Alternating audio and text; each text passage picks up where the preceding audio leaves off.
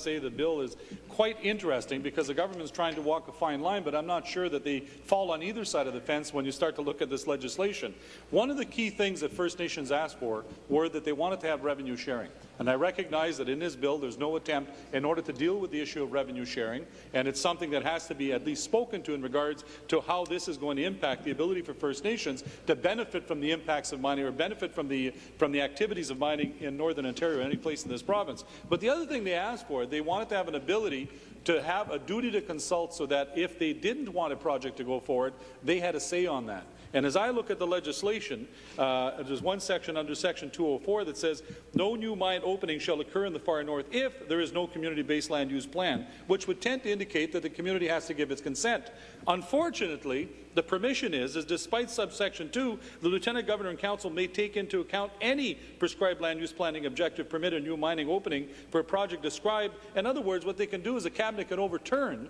if they think it's in the economic or social interest of the province to go forward with the project. So in the case of KI, what would a future Cabinet do? I'm not asserting for one second that Premier McGuinty would have allowed KI to go forward under this legislation, but you can very well end up with a Cabinet and with the Premier that is hostile to the interest of First Nations, and they're going to be right back where they started from.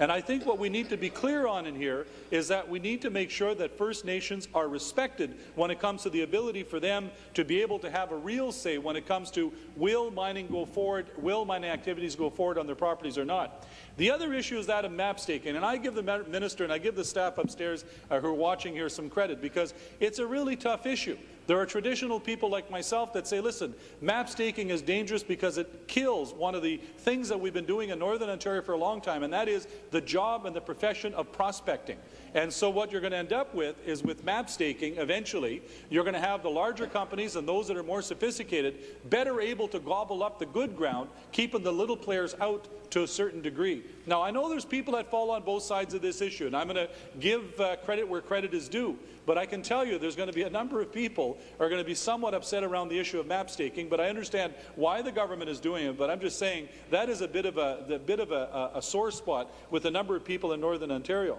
The other thing that I want to say is that